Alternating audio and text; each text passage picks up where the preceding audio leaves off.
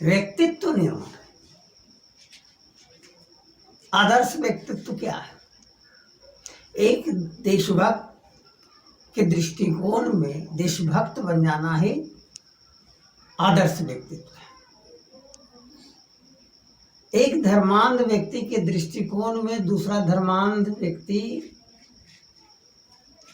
श्रेष्ठ व्यक्तित्व का मालिक है। एक जातिवादी व्यक्ति को परम जातीयता भावना में विकसित हो जाना, विकास की ओर जाना आदर्श व्यक्तित्व। आदमी जिस परिस्थिति और संस्कार में है उसी को आदर्श व्यक्तित्व का आधार मान रहा है, और यही दुनिया में सबसे ज़्यादा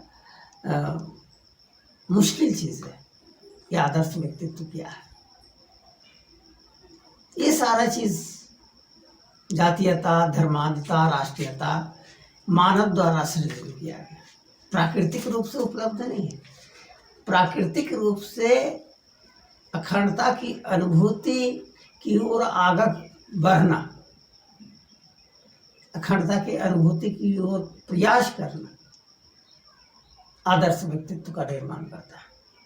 हम अखंडता की अनुभूति को प्राप्त कर लें, उसका क्या फायदा है? उसका फायदा है कि दूसरा और जो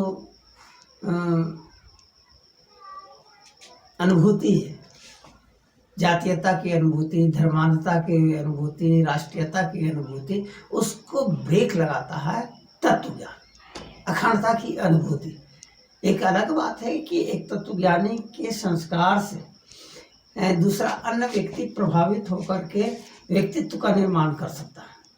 हम जिस समाज में आए, हर एक व्यक्ति वो समाज की अवधारणा से वह परिचित होता जाता है। हीरा मूल्यवान है, हम बचपन से सुनते आए हैं तो हम समझ रहे हैं कि हीरा मूल्यवान है, और इस बिंदु की ओर सारा लोग संक्रमित सा हो गया है कि हीरा मूल्यवान है।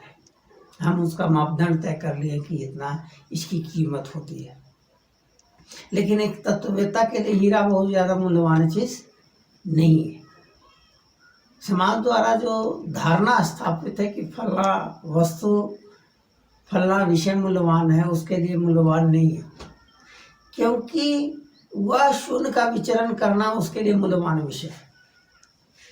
अंतःविज्ञान को समझना और समझाने का जो प्रयास है उसके लिए मूल्यवान है, और यही व्यक्तित्व का निर्माण करता है। एक जातिवादी आदमी जातीयता को समझता है, एक तत्ववेत्ता भी जातीयता को समझता है, एक राष्ट्रवादी देशभक्ति को समझता है, एक तत्ववेत्ता भी देशभक्ति को समझता है। एक व्यक्ति धर्म के महत्व को समझता है तो एक तत्ववेत्ता भी धर्म के महत्व को समझता है। लेकिन दूसरे अन्य जो जातीयता, धर्मांधता और राष्ट्रीयता की ओर बढ़ रहा है, उसके पास ब्रेक नहीं है, उसके पास क्षमता नहीं है कि वह समझ सके कि कितना राष्ट्रवादी होना चाहिए। वह उसको समझ में नहीं आता, ब्रेक का काम करता है, और वही ब्रेक आदर्श व्यक्तित्व का निर्माण करता है, यह निश्चित है। और दुनिया के राष्ट्रों का, समाज का और करीब करीब हर एक व्यक्तित्व का वो विषय है।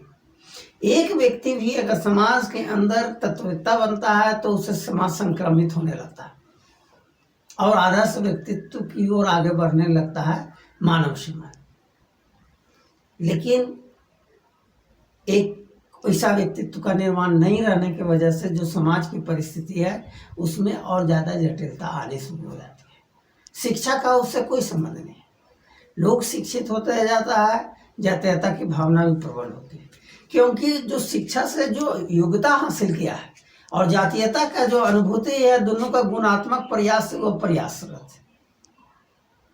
शिक्षा से राष्ट्रीयता को कम नहीं कर सकते। अंतःविज्ञान के माध्यम से, अंतःविज्ञान के प्रचार से हम व्यक्तित्व का निर्माण कर सकते हैं जो मनुष्य की विभिन्न चिंतनों पर ब्रेक लगाता है संसार को समझते हुए, और दूसरे अन्य लोग समाज को समझता है और उसी दिशा में आगे बढ़ता है जिस दिशा की ओर समाज संक्रमित है, जो विचार से समाज संक्रमित है। तो व्यक्तित्व निर्माण यह जरूरी है कि व्यक्ति अंतःविज्ञानी बने, अखंडता की अनुभूति को प्राप्त करे। यही आदर्श व्यक्तित्व का निर्माण का सर्वश्रेष्ठ तरीका है। और दूसरा अन्य कोई भी तरीका एक दूसरे तरह का अंधवादी व्यक्तित्व पैदा करेगा, आदर्श व्यक्तित्व को पैदा नहीं कर सकता है, यह निश्चित।